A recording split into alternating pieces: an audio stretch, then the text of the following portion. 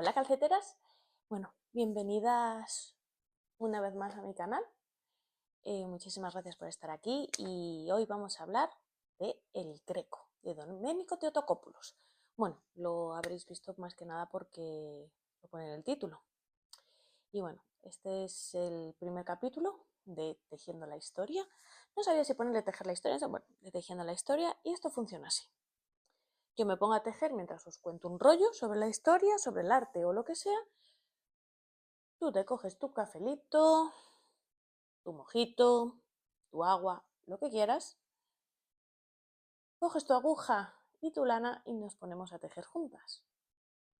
Tú me escuchas tranquilamente si te interesan esas cosas y nada. Yo con mi tacita llena de agua y empezamos.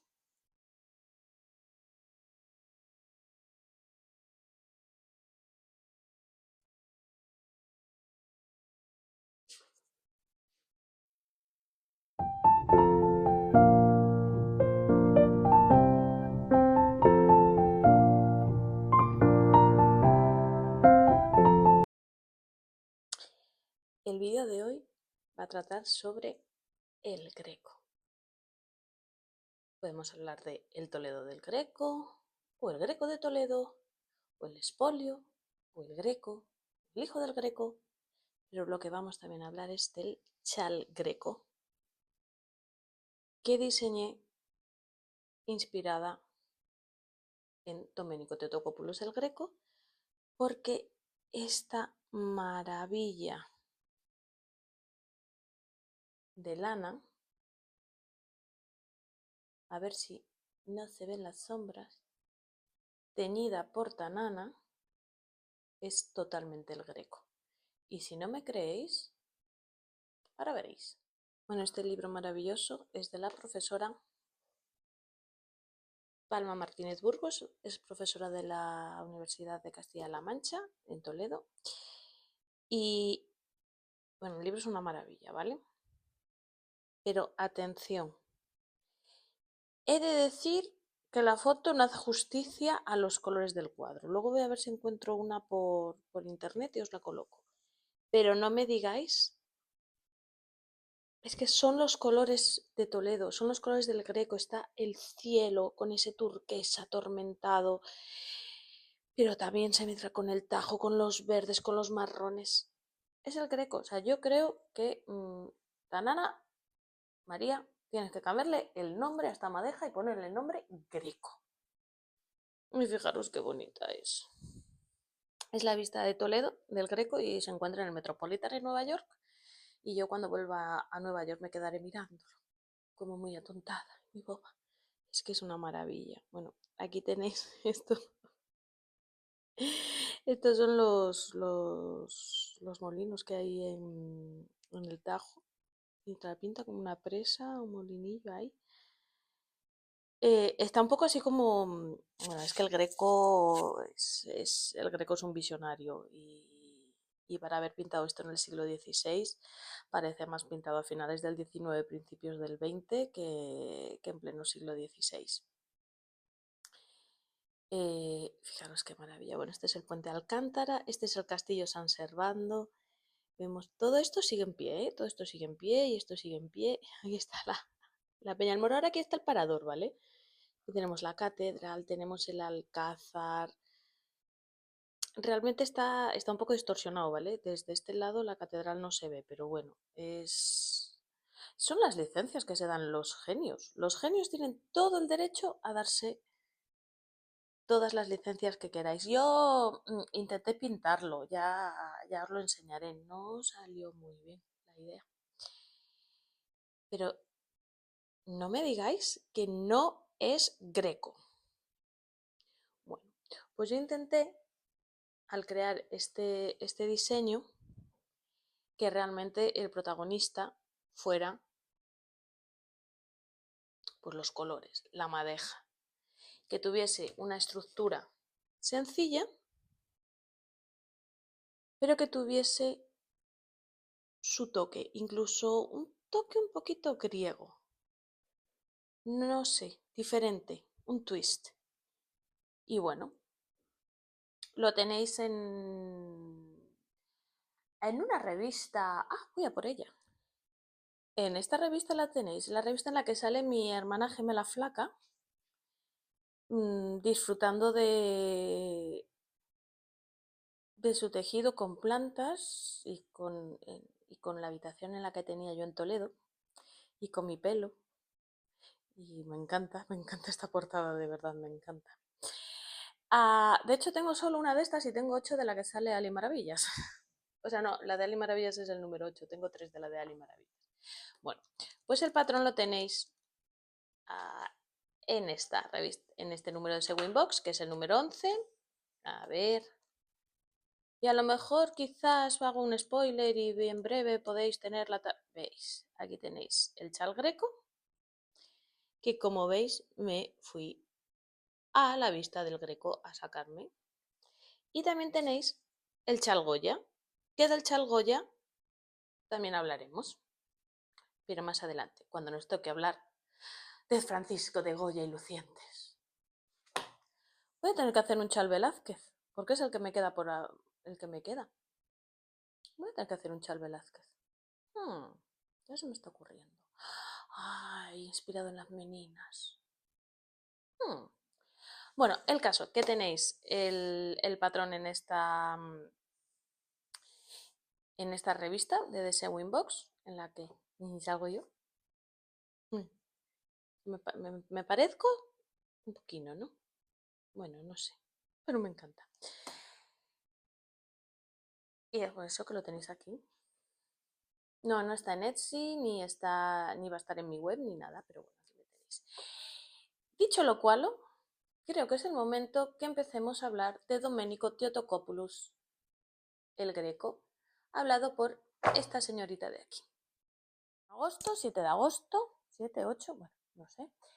Creo que es 7 de agosto. En plena hora de calor y yo con un chal de merino, que como ya habéis visto en el clip que os habré puesto, que Carmen de la edición os habrá puesto ahora aquí antes, este chal lo tenéis en la revista de Sewing Box, en la que sale una chica muy parecida a mí en la portada, pero bastante más flaca. Y es o sea, está tejido con el reggae merino de color terra de Tanana Jans. Y yo cuando vi este color dije, Dios, es el Greco. De hecho, he intentado hacer lo mismo con mis ojos. Pero corramos un estúpido velo. Esto es el Greco. Estas maldejas yo cuando las vi dije, es el Greco. O sea, es el Greco, no tiene otra cosa. Y bueno, vosotras sabéis que yo he vivido en Toledo, he sido guía turística en Toledo y no había cosa que más me gustase que enseñar el Greco. O sea, es fascinante, es su vida, su obra. Yo recuerdo de pasarme, pero no se exagero, más de 40 minutos explicando el cuadro del Greco y los guardias ya en plan mirándome en plan de, oye, tú ya, Carmencita, córtate un pelo. De hecho, se lo expliqué a mi padrino y el otro día dijo mi padrino, ay, es que recuerdo cómo explicaste lo del Greco, ay, no sé qué. Y la verdad es que me gusta muchísimo, muchísimo, muchísimo. Así que bueno, hoy vamos a hablar de el Greco. También como es un tema de las oposiciones, pues he hecho, pues mira, así me lo repaso. No me cae para la clase que viene, ese será uno de los siguientes vídeos, pero bueno, es el único vídeo en el cual, aunque vengo con chuleta, es uno de los vídeos que no necesitaba muchísima preparación porque me lo sabía ya, así que bueno. Vamos a empezar a hablar del Greco. Yo mientras tanto estoy tejiendo este chal maravilloso que pronto podéis ver, así que es un súper spoiler, pero bueno, como ya os lo he enseñado por Instagram y todo esto, pues hasta que vemos. Espérate, que esto lo hacen los youtubers. Si eres nuevo por aquí y no te has suscrito, ya sabes, suscríbete, dale a la campanita, también me puedes seguir me puedes comentar, acepto todo tipo de comentarios, siempre con educación. Y bueno, también podéis seguir en Instagram, en TikTok, pues @ el Club de la Calceta. No tengo otra. Y bueno, pues dicho esto, estoy aquí tejiendo este chal. He de deciros que esta es la segunda vez que grabo el vídeo. Y cuando digo segunda vez, es que me pasé 54 minutos y 41 segundos hablando sin parar hace 1 hora, 2 horas, porque he comido entre medias, y de repente me di cuenta que este señor, que sigue encendido, gracias, no funcionaba. Grabé 55 minutos y 41 segundos sin sonido. Y no puedo poner voz en off porque pues yo soy como soy y ya sabéis que no me puedo subtitular porque, bueno, las que me conocéis sabéis cómo soy, las que no me conocéis, pues si os seguís quedando por aquí veréis que la vida sin filtros es como yo hablo. Pero bueno, vamos a hablar de Domenico Theotokopoulos. ¿Por qué le llamamos el Greco? Lo primero de todo, pues muy fácil. Porque tú en el Toledo del siglo XVI decir Domenico Theotokopoulos, Teotocópuli, el Greco, porque como venía de Grecia, pues le llamamos el Greco. Domenico Theotokopoulos nace en Candía, la capital de Creta, en 1541, lo que es hoy Heraklion, ¿vale? En ese momento Creta pertenecía a la República de Venecia y él nace dentro de una familia bastante bien posicionada, adinerada, me estoy equivocando en la vuelta, esto no va así, pero no pasa nada, porque se tira del hilo y ya está.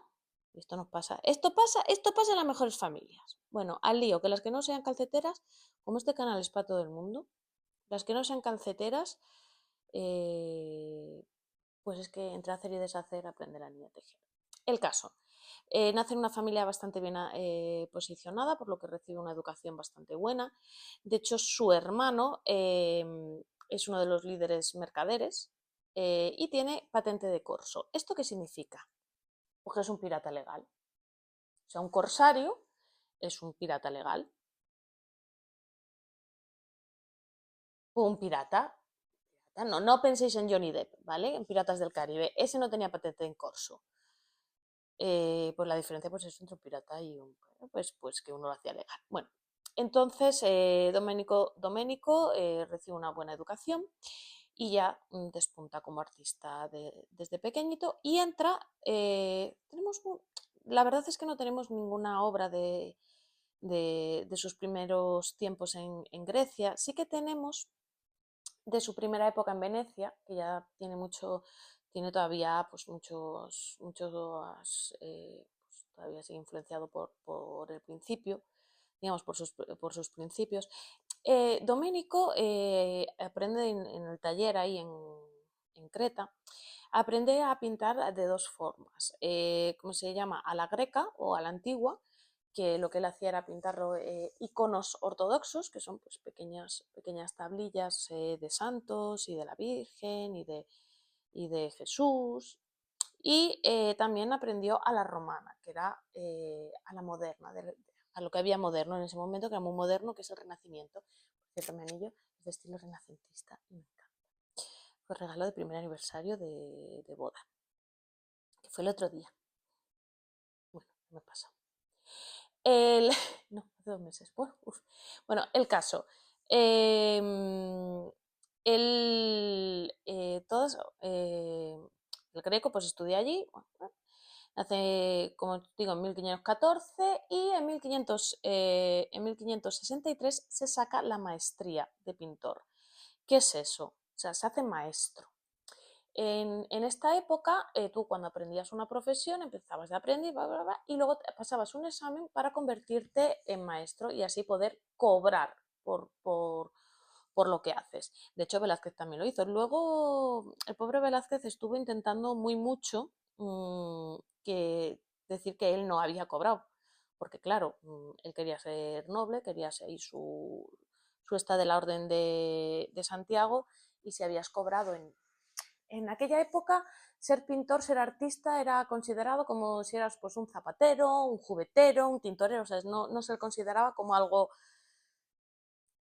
digamos, de alta alcurnia. Bueno, es que en esa época trabajar y ganar dinero no era considerado ser de alta alcurnia, por eso estaban los pobres de solemnidad.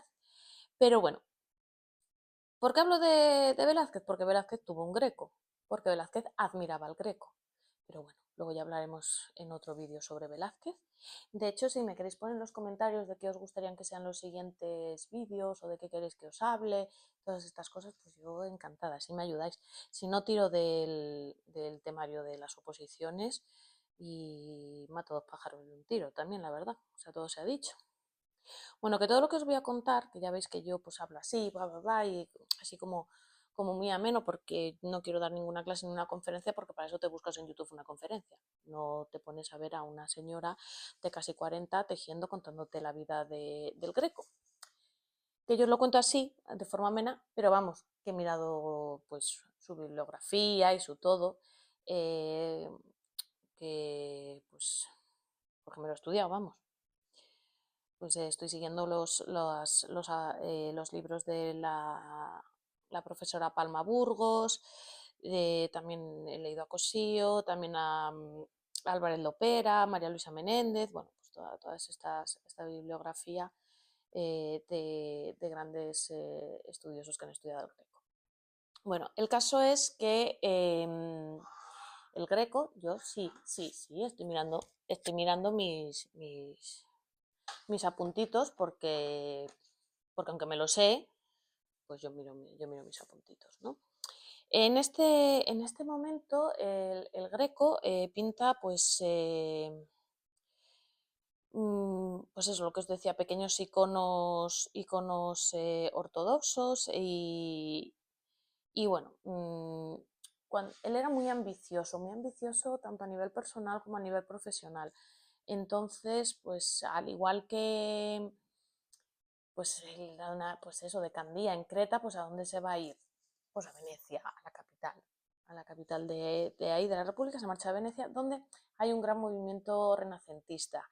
Y es ahí, él ya siendo maestro, donde conoce a Giulio Clovio y, bueno, pues él lo presenta como discípulo de Tiziano, pero él no llega a formar parte a estudiar con Tiziano, pues no llega a estudiar con Tiziano porque él ya es maestro, pero esa forma de hablarlo es más bien como de discípulo, seguidor, follow.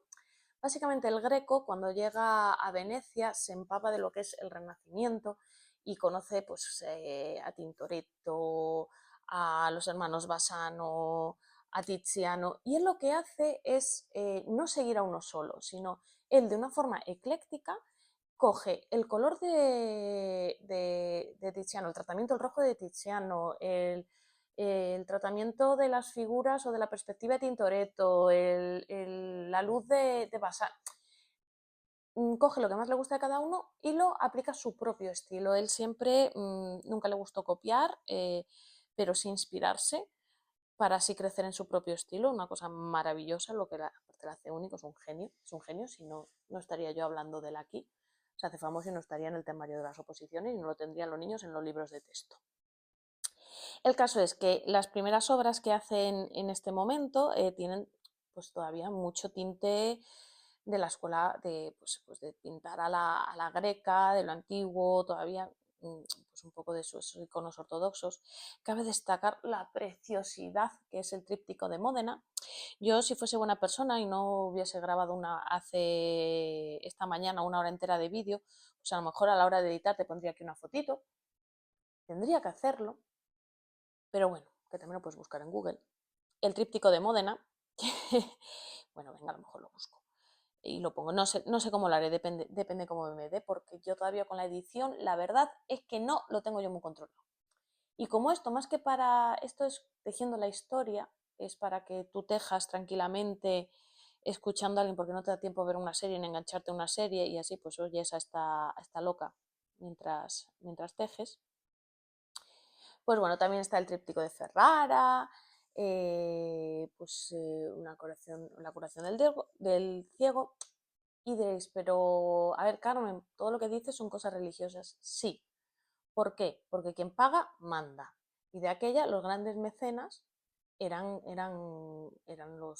la iglesia, eran los cardenales y también pues, los duques, la monarquía, etc. Pero en este caso, lo que más se destilaba, aparte de los retratos, que luego hablaremos de la faceta de retratista del Greco, pues son los motivos religiosos. De hecho, él está en Venecia desde 1566 a 1570, pero como que decide ir a probar suerte a la gran capital. En este momento, pues Roma es un momento en el que las artes en Roma siempre ha sido, sigue siendo ahora, pero bueno, pues a ver, están en el momento de que ahí hay un señor, bueno, que acaba de fallecer, si no me equivoco, bueno, están todavía con el halo de un señor muy majo, que seguro lo conocéis por las tortugas ninja, Michelangelo, sí, Miguel Ángel, Buonarroti.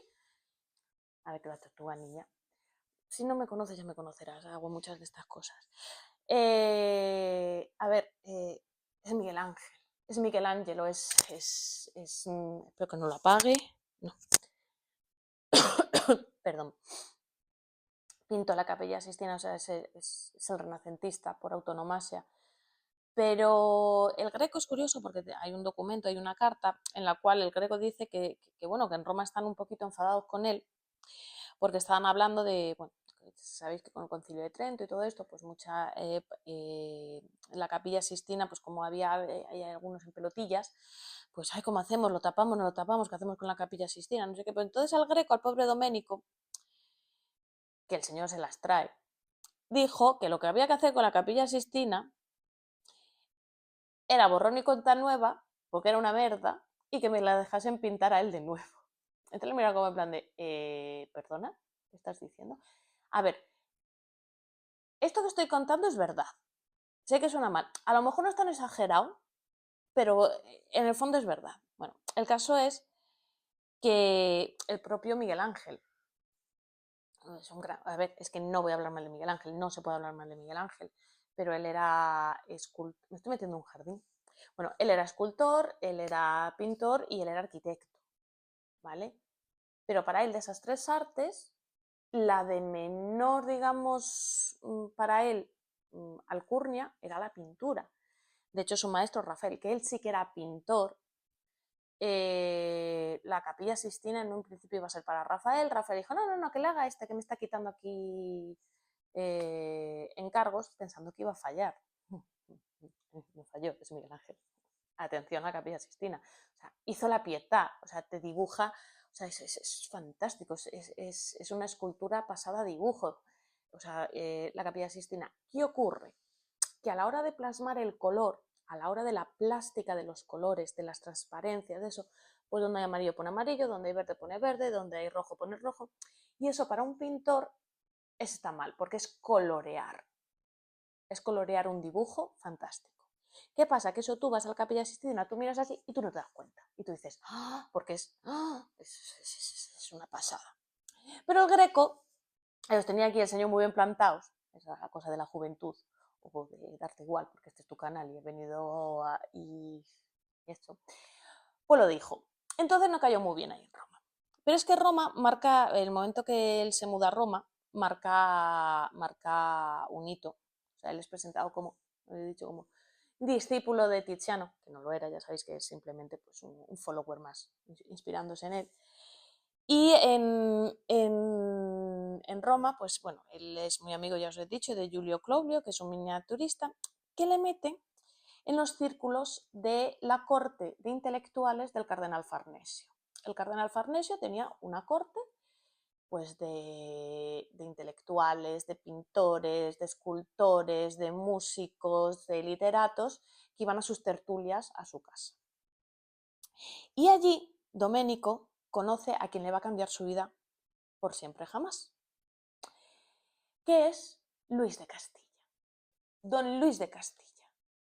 Imaginaos si se hace tan amigo de don Luis de Castilla que a la muerte del Greco, Luis de Castilla es el albacea de su testamento. Don Luis de Castilla es el hijo del deán de la Catedral de Toledo, el cual, pues bueno, está ahí en Roma y él es el albacea de Santa Beatriz de Silva y es el encargado de realizar la iglesia de Santo Domingo el Antiguo, ¿vale? Que es un monasterio que sigue existiendo en Toledo, o sea, podéis ir a visitarlo, es un punto greco. Y le dice, mira, vete para Toledo, que te encargo a ti, que me gusta cómo pintas, que hagas el retablo, ¿no? Los retablos, para los que no sabéis, pues es aquello que se encuentra detrás del altar en las iglesias, es una estructura arquitectónica y en esa época iba con pinturas. Posteriormente en el barroco va con figuras, con escultura, pero bueno, en este caso iba con pinturas.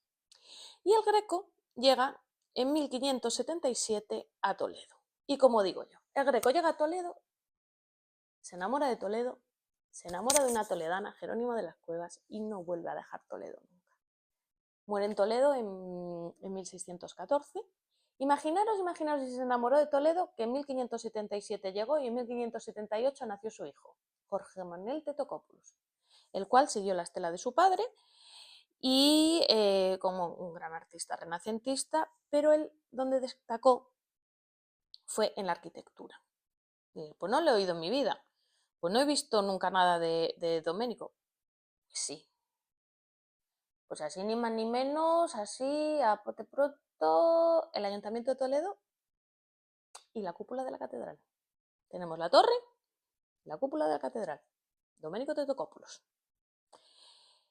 No, Domenico no, perdón, Jorge Manuel Tetocópulos. Me emociono toda y me confundo.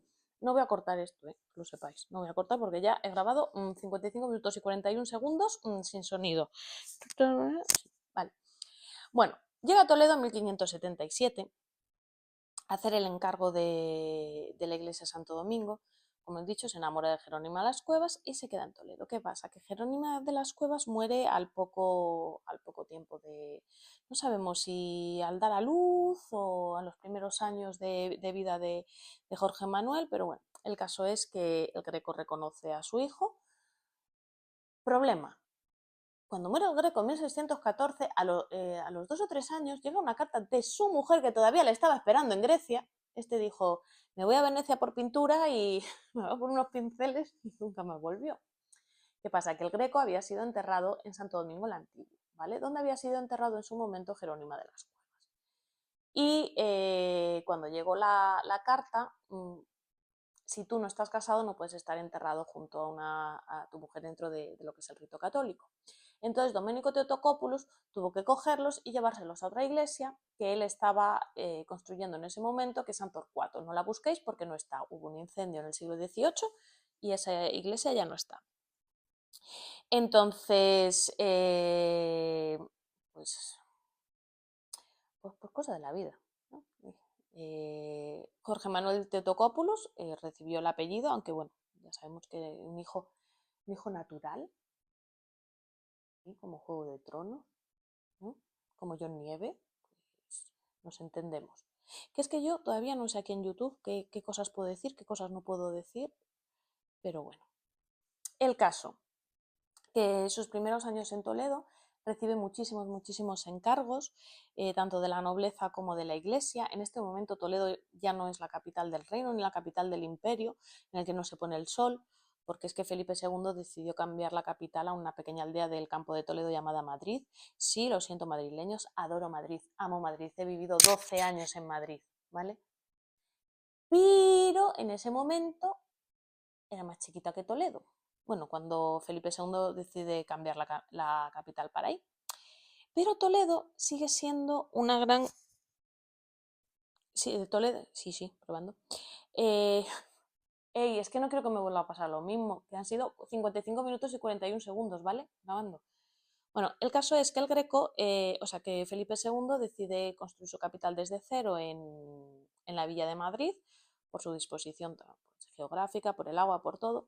Sobre todo yo creo que también en cierto modo porque Toledo era la capital religiosa y a Felipe II no le apetecía que nadie le dijese nada y bueno, dos poderes tan grandes como la iglesia en Toledo y pues yo creo que por eso lo cambió.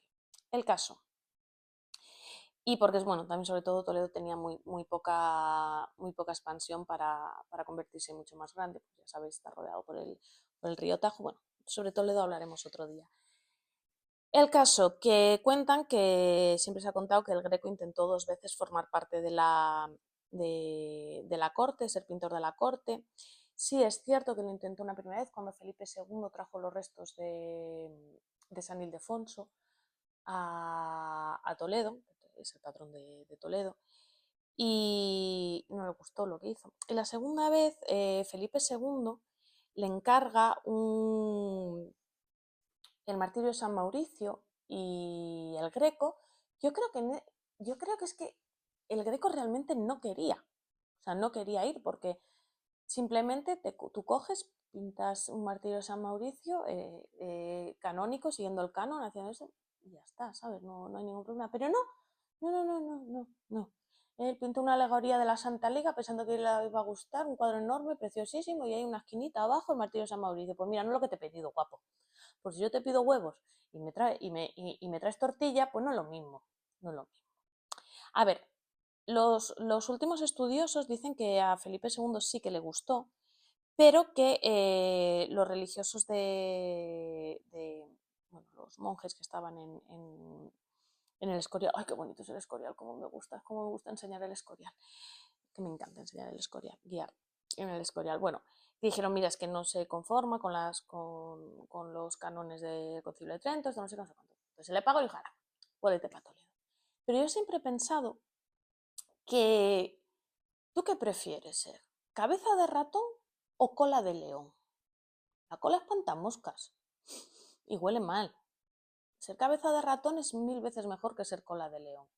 Y el Greco, Domenico en Toledo, era cabeza de ratón, estaba en la élite intelectual, se codeaba con los grandes de Toledo, todo el mundo le conocía. ¿Qué va a hacer el pobrecito ahí en el Escorial por los pasillos vestido de negro? No, no, yo creo, mi opinión personal, ¿vale? No he viajado en el tiempo para preguntarlo, entonces, pero esa es mi opinión personal. Bueno, ¿qué ocurre? Que el Greco se instala en Toledo y se instala en unas casas del Marqués de Villena en la Judería.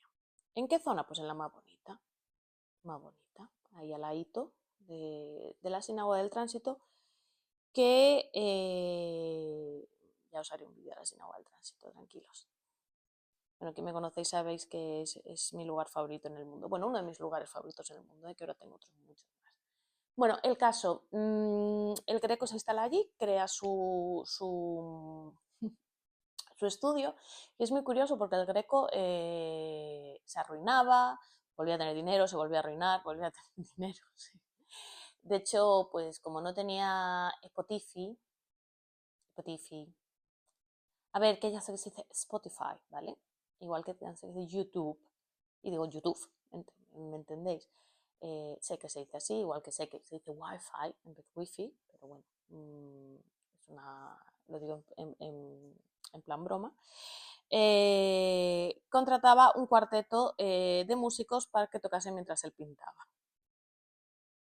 Bueno, pues ahí de su estudio salieron muchos pintores barrocos, entre los que destacan, bueno, pues aparte de su hijo, Luis Tristán, Pedro de Orente, también grabadores como Diego de Astor o incluso escultores como Giraldo de Merlo y Miguel González. Sí, sí, tengo chuleta.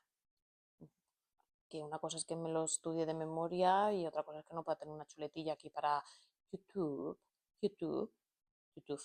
Bueno, el caso, que él tenía ahí su estudio y es muy curioso porque el Greco le llamaban el primer Henry Ford de la pintura, porque empezó a desarrollar unas tipologías de pinturas que luego él las vendía como en cadena. Entonces, como por ejemplo el apostolado. Los apostolados del Greco, ahora mismo completos, tenemos uno en el Museo del Prado, otro en la Catedral de Toledo, otro en el Museo del Greco en Toledo y otro en Oviedo, ¿vale? Y hay otros muchos apostolados y muchos apóstoles perdidos de la mano de Dios por el mundo, en diferentes museos y todo. Y es que el Greco hacía una tipología, pues este se pinta así, hacía como pum, pum, pum, termínalo tú y yo le doy los últimos toques, ¿vale? Porque encargaba muchísimo, entonces los pintaba como en cadena. De hecho, una de las tipologías más bonitas que desarrolló el Greco son las lágrimas de San Pedro, y esto se ve muy bien porque en el apostolado que hay en el Museo del Greco, San Pedro es un San Pedro normal con sus 2 llaves, la firmita ahí de T en la llave. Luego justo enfrente hay un cuadro grande que son las lágrimas de San Pedro, y en el apostolado de la Catedral de Toledo, ya el San Pedro son las lágrimas de San Pedro.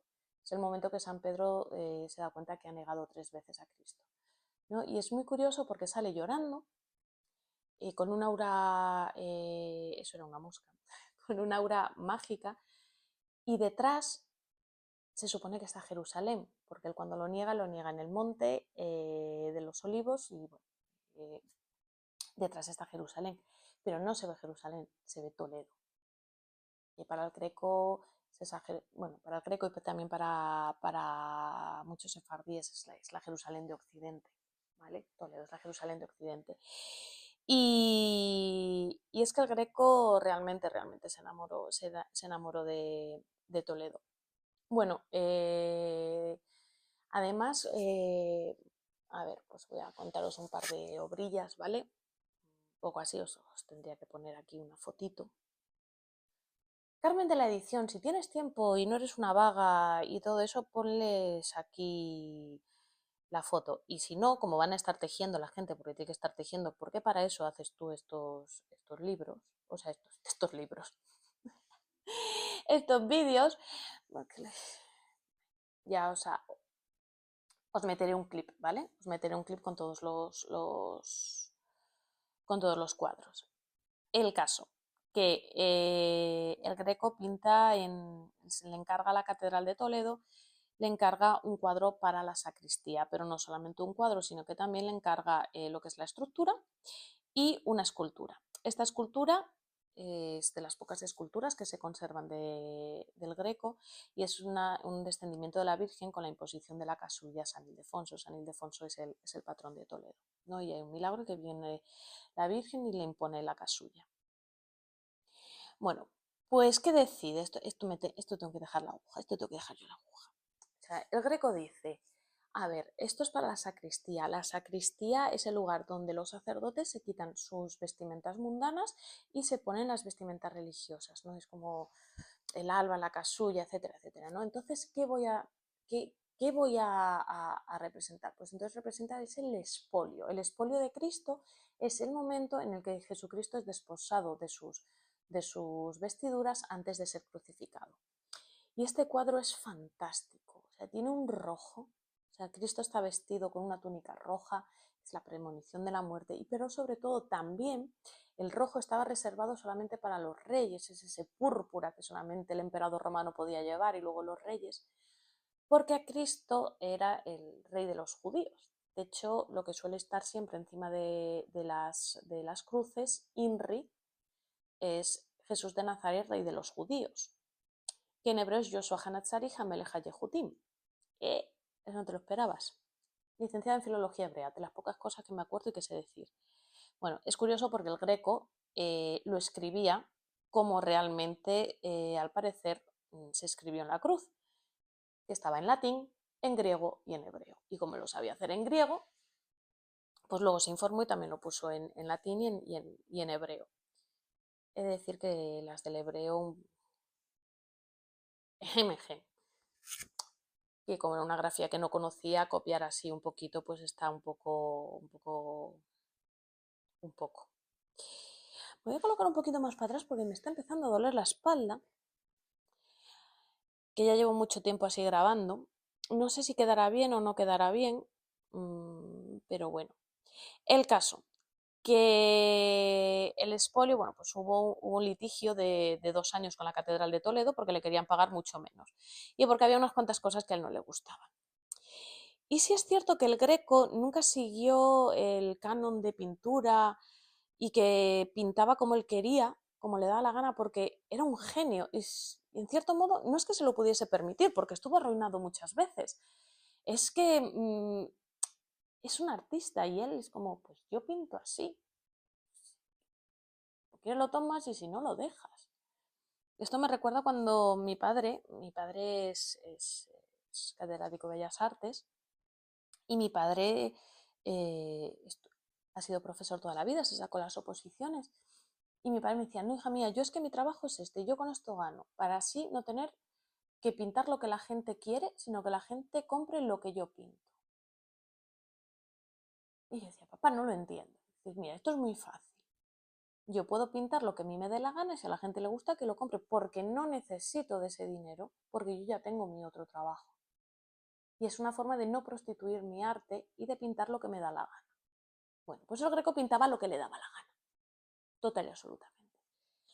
Y a la gente le gustaba. El Greco hay que tener en cuenta que esos colores, ese poder del brochazo, esa deformación de las figuras. Bueno, también tenemos que tener en cuenta que nosotros ahora lo vemos en un museo, pero muchas de las obras del Greco no estaban hechas para verse de frente en un museo, no. Estaban hechas para verlas desde abajo, colocadas a muchísimos metros en un altar. Entonces, bueno, eso pues es diferente. Es diferente. Cuando se hable de las meninas, cuando os vaya a hablar de Velázquez, ¿os he dicho ya que Velázquez tuvo un Greco? Posiblemente sí. Es que ya no sé si lo he dicho en este vídeo o en el otro, pero bueno, Velázquez tuvo un Greco. Cuando os hable de las meninas y os hable de Velázquez, os contaré el hecho de que las meninas no están hechas para que tú te acerques y las mires así, sino para que te pongas en una cierta distancia. Pero bueno, a ver, vamos a pasar aquí porque ya estamos, bueno, seguimos hablando de Toledo. Bueno, en este momento el Greco, a ver, hemos dicho que quien paga manda, ¿no? Entonces, pues todas las obras que tiene todas las obras de carácter religioso, como por ejemplo, pues el expolio, las lágrimas de San Pedro, ya lo he dicho, los apostolados. Le encargan, pues por ejemplo, también el Colegio María de Aragón, que hoy es el Senado, le encarga unos cuadros que ahora están en el Museo Nacional del Prado, la Capilla San José, que luego os contaré, el retablo del Hospital de la Caridad en Illescas, el Colegio San Bernardino. El retrato de San Bernardino está en el Museo del Greco. Pues todas estos grandes encargos, pues vemos a San José con el Niño Jesús, una coronación de la Virgen, una Virgen de la Caridad, una Anunciación, una expulsión de los mercaderes del templo, muchos encargos que tienen este carácter religioso. Cabe destacar, obviamente, el entierro del Señor de Orgaz, el cual no os lo voy a explicar ahora porque se me está ocurriendo que voy a hacer otro vídeo en el que simplemente os voy a explicar el entierro del Señor de Orgaz y voy a estar yo tejiendo de un lado y aquí pondré una foto del entierro del Señor de Orgaz y os lo voy a contar porque he decidido que eso. El Señor de Orgaz tiene carácter religioso, pero es un trabajo de retratística fantabuloso. En retratos, pues los retratos de Antonio y Diego de Covarrubias, dos hermanos, que por cierto están en el... Hay una mosca al lado de la cámara, quita mosca. Creo que estáis viendo la mosca paseándose por una de las cámaras. Si me disculpáis, quita bicho, hombre. No tienes otro sitio donde colocarte que en la cámara. Mira qué grande el salón que te tienes que colocar en la cámara, he hecho esa mosca. Corramos un estúpido velo. Bueno, el caso que el Greco, esto sigue furulando, porque me he levantado, sigue furulando, sí. El caso es que, bueno, seguramente habéis oído hablar del Caballero de la Mano en el Pecho, es un gran retratista. Ya cuando ya se estaba haciendo un poquito mayor, en todos sus, en todos sus contratos ponía que si la palmaba, tenía que terminar el cuadro su hijo, Jorge Manuel Teotocópulo. La verdad, yo hubiese preferido que lo hiciese Luis Tristán, pero aquí cada cual. Ahora, según el tema, porque yo lo que estoy siguiendo es, como no sabía qué contaros, pues estoy siguiendo un poquito el esquema del tema de las oposiciones. Que si estás opositando a museos y me estás viendo este vídeo vas a decir, esta tía no se lo va a sacar en la vida, está como una cabra y ¿qué hace tejiendo? Pero es que yo he venido aquí a entretener. Yo estoy aquí para que tú te entretengas mientras tejes, mientras pintas, mientras te echas la siesta y de paso, pues si te aprendes un poquito, pues ya está. Pero obviamente esto no es lo que yo le cantaría al tribunal. Aparte porque seguramente llevo ya media hora y hay que cantarlo en 15 minutos. Pero bueno, algunas notas así por ahí vamos. Pues aquí ahora tocaría hablar de el Greco y el manierismo.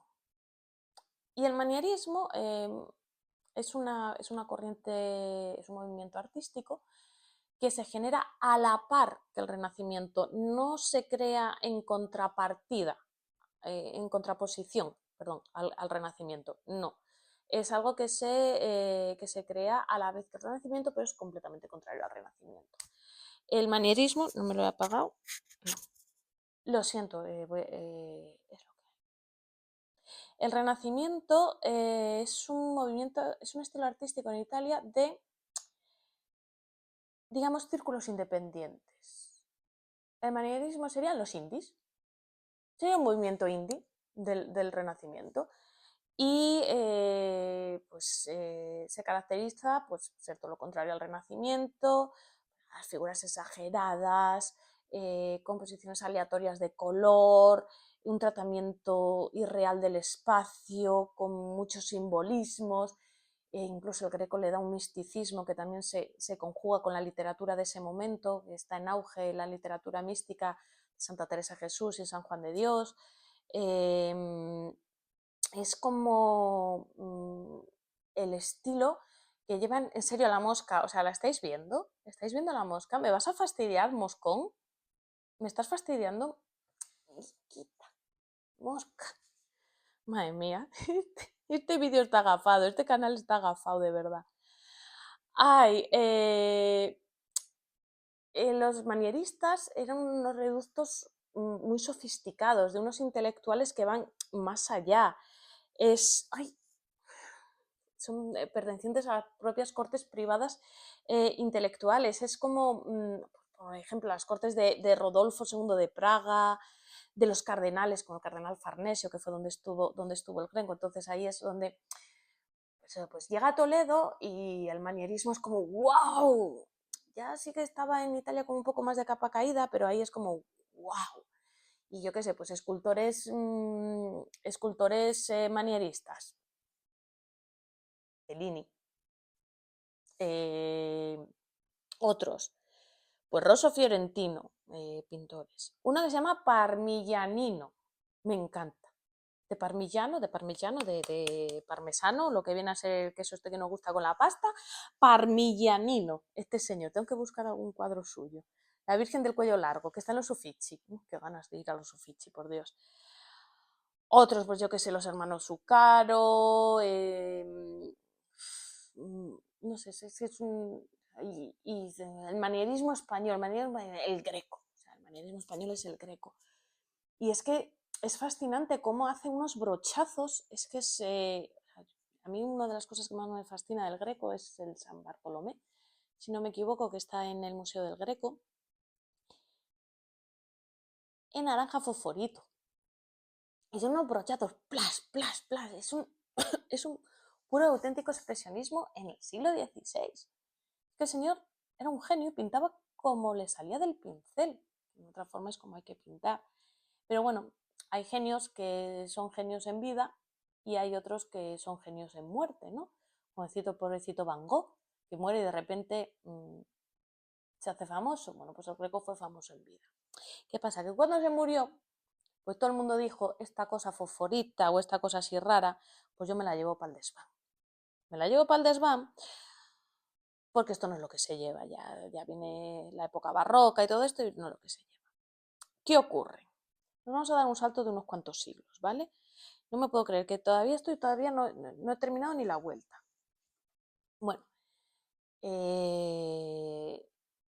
pasa el tiempo, unos nos olvidamos del Greco, se van perdiendo las cosas, cambiamos de dinastía, ya sabéis, endogamia, chinchán, papá, no que tenemos descendiente, viene Felipe V, tenemos los Borbones, más se perdió en Cuba y vinieron cantando. Llegamos a finales del siglo XIX, 1898. Y resulta que nosotros tenemos todavía un complejo de imperio de donde se pone el sol, que ya sé que se ponía el sol todos los días, y Estados Unidos nos dice que nos compra Cuba y Puerto Rico y que si no vamos a la guerra. ¿Y qué decimos nosotros? Pues a la guerra. Y no solo se pierde Cuba y se pierde Puerto Rico, sino que en 1898 también se pierde Filipinas, las últimas colonias. Si no habéis visto la peli de los últimos de Filipinas, está muy bien, y si no tenéis ganas de eso, el Ministerio del Tiempo, 2 capítulos, lo explican fenomenal. Cómo me gusta a mí el Ministerio del Tiempo, la verdad. No sé por qué quitaron esa serie, porque era fantabulosa. Y dejaron de que apareciese el Greco. Me hubiese gustado ver a Velázquez con el Greco en el Ministerio del Tiempo. Bueno, a ver, que me voy por los cerros de Úbeda. El caso es que la imagen, había habido una gran pérdida de identidad de lo español, sobre todo siglo XIX, con la gran independencia, se pierde muchísimo la identidad, y deciden buscar esa identidad en el pasado. ¿En qué momento glorioso? En el momento de Felipe II, ¿sabes? Y es en ese momento, Mosca, ¿en serio? A ver, ¿no tienes otro sitio donde ponerte? Madre mía, madre mía, madre mía, madre mía. Pues no lo pienso editar. Lo siento, así se queda. Es mi primer vídeo. Que pase como ridículo con la mosca dando por saco. La cojonera.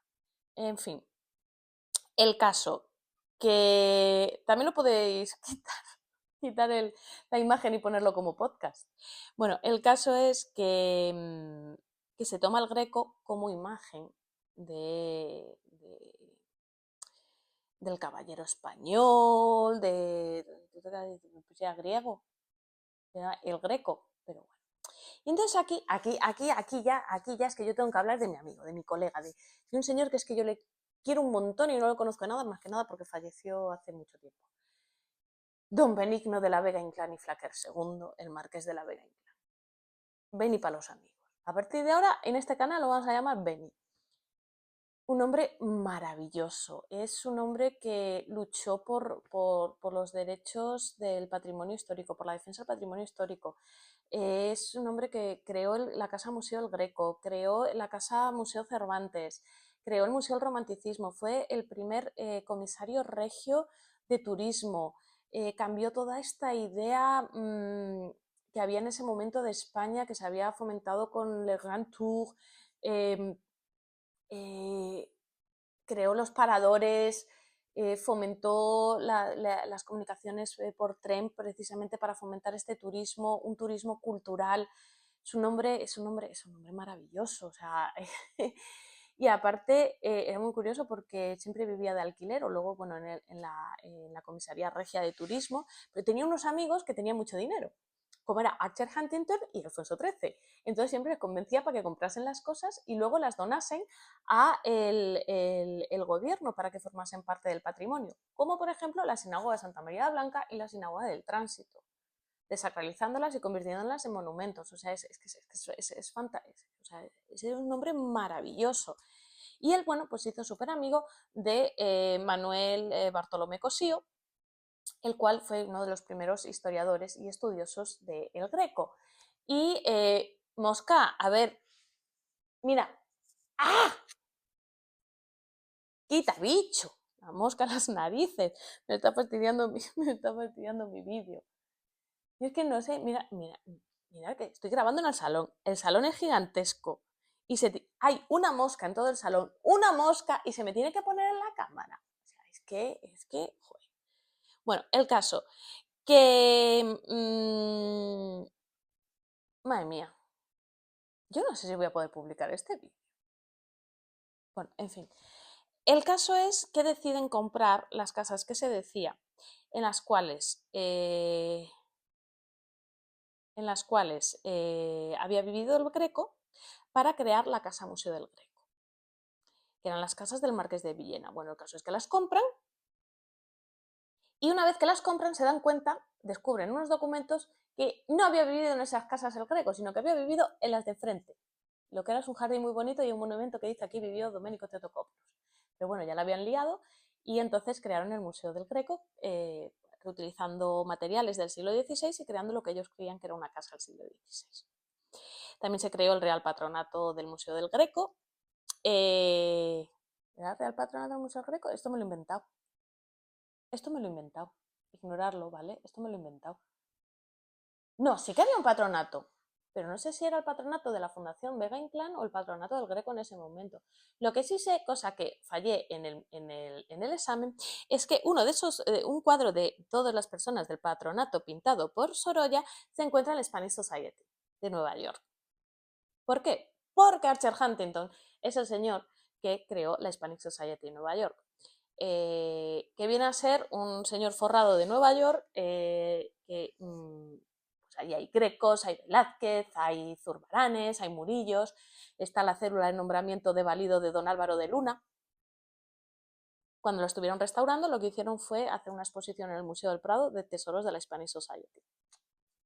Bueno, de hecho, Archer Huntington fue el que compró también las casas dos casas de donde se supone que vivió Cervantes, y Alfonso XIII también compró otra. Sí, la mosca sigue ahí, la mosca sigue ahí, y yo no soy capaz de matarla. Pero bueno, ahí está en el medio de las tres cámaras. Y a ver. Bueno, el caso, aquí lo compran, crean el Museo del Greco, lo podéis ir a ver a Toledo, es maravilloso. Y bueno, en 1902 se hace la primera exposición de... No, es que no puedo con la... O sea, no puede ser, me cago en la...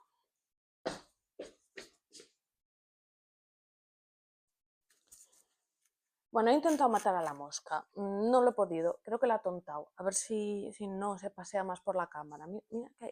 Mira qué espacio, ¿eh? Pero bueno, en fin.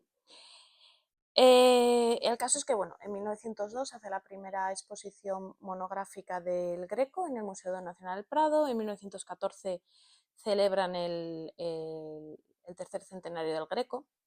En 2014 fue el cuarto centenario del Greco. Y no veáis la que se lió en Toledo. O sea, impresionante. La cantidad de cuadros perdidos por todo el mundo. Bueno, perdidos no, están en museos y en colecciones particulares del Greco que volvieron a Toledo. O sea, fue impresionante. ¿Por qué? Porque en el siglo XX, a principios del siglo XX, el Greco se hizo tan famoso que todo el mundo quería tener un Greco. Y todo el mundo que tenía un Greco decía, ¡uf! Me voy a forrar. Ahora ya no, ¿eh? Ahora ya no. Ahora ya no te forras. Porque, bueno, sí te puedes forrar porque se lo puedes vender al Estado, que es mejor que se lo vendas directamente al Estado, porque si lo llevas a una subasta, el Estado español va a hacer tanteo y retracto y se lo va a quedar. Entonces, pues mejor quedas así y quedas mejor. Y todo esto también es gracias al Marqués de la Vega Inclán, porque el Marqués llevó a el Congreso de los Diputados, llevó como sanción social el hecho de, señor conde de Gundelain, dueño de la capilla San José, no puedes vender los grecos y llevártelos fuera a España. Es patrimonio español, es nuestro patrimonio, es nuestra imagen. No puedes venderlos. Que al final los acabo vendiendo, ¿vale? O sea, los acabo vendiendo. Pero es cuando se lleva por primera vez esto de sanción social, o sea, al, al, al Congreso de los Diputados. Es la primera vez que que no nos expoléis nuestro propio patrimonio, que estamos perdiendo nuestro patrimonio, que está valorando más la gente de fuera nuestro patrimonio histórico y artístico que nosotros. A ver, señores. Y eso también se lo tenemos que agradecer a nuestro amigo Beni, porque bueno, a partir de ahí se empezaron a crear las primeras leyes de protección del patrimonio artístico. La primera de todas la hizo Alfonso X sobre patrimonio militar, que para nosotros es patrimonio artístico histórico militar, pero bueno, para aquella. Bueno, el caso.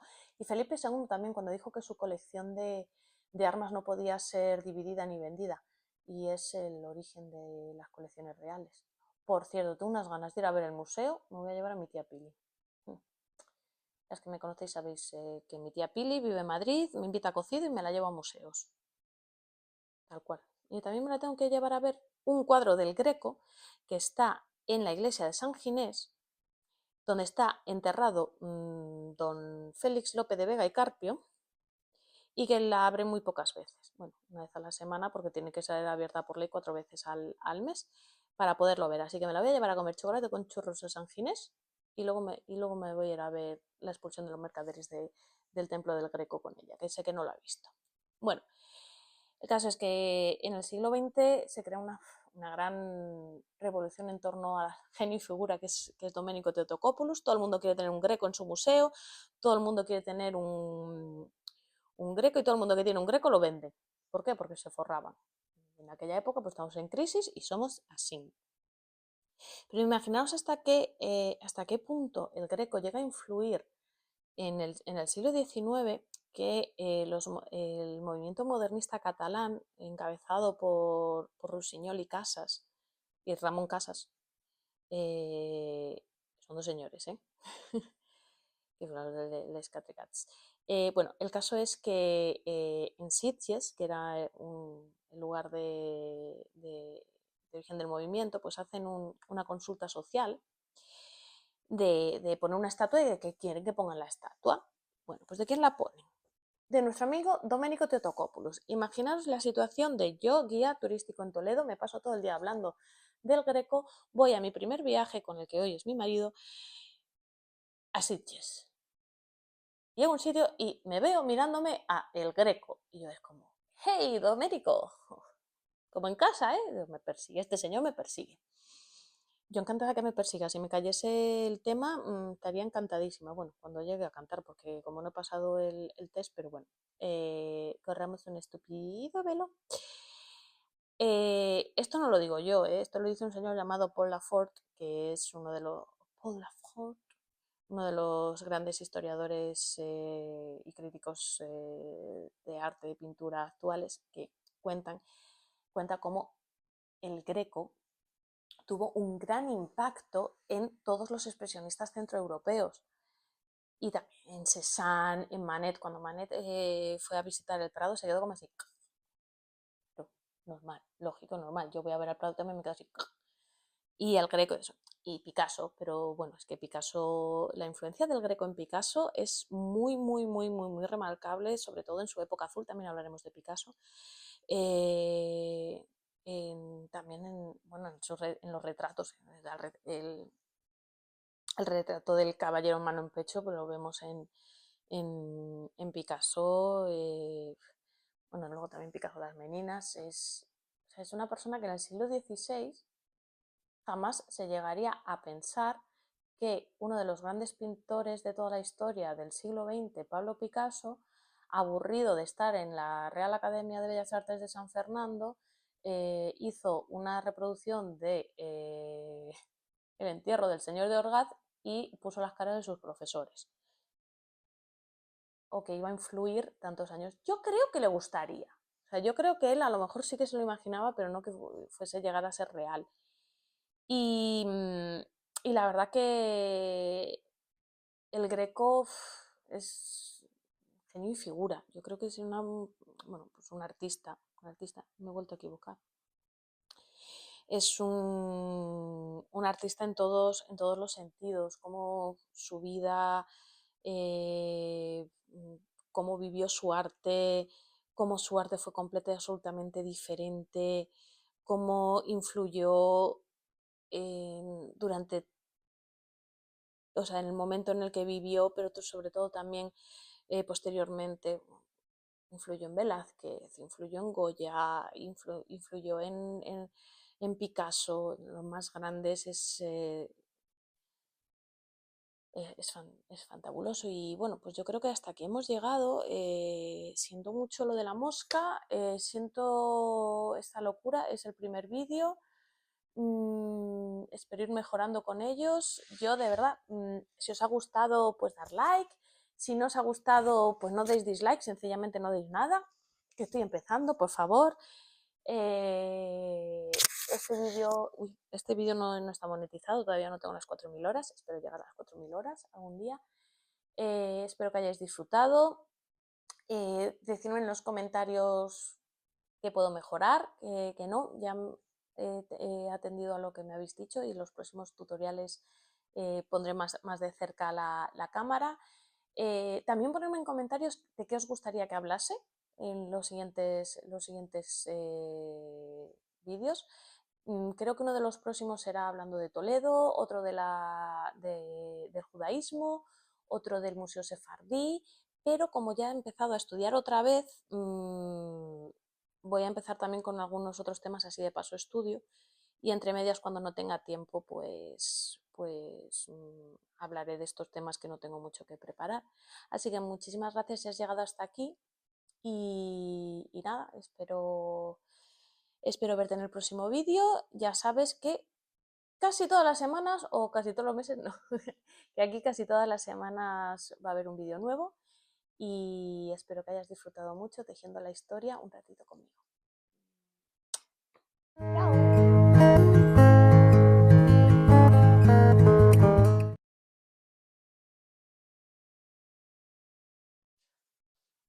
Madre mía, manda carallo la dichosa mosca de las narices.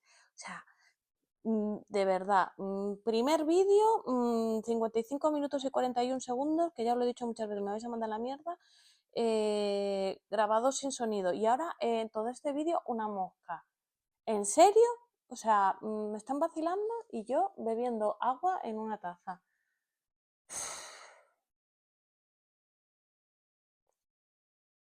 Ya digo yo que me vendería a mí meterme a youtuber con casi 40 años. O sea, aquí me mandaría a mí. Menos mal. Que te chale súper bonito. Ah, que sí. Ay, me encanta. Me encanta.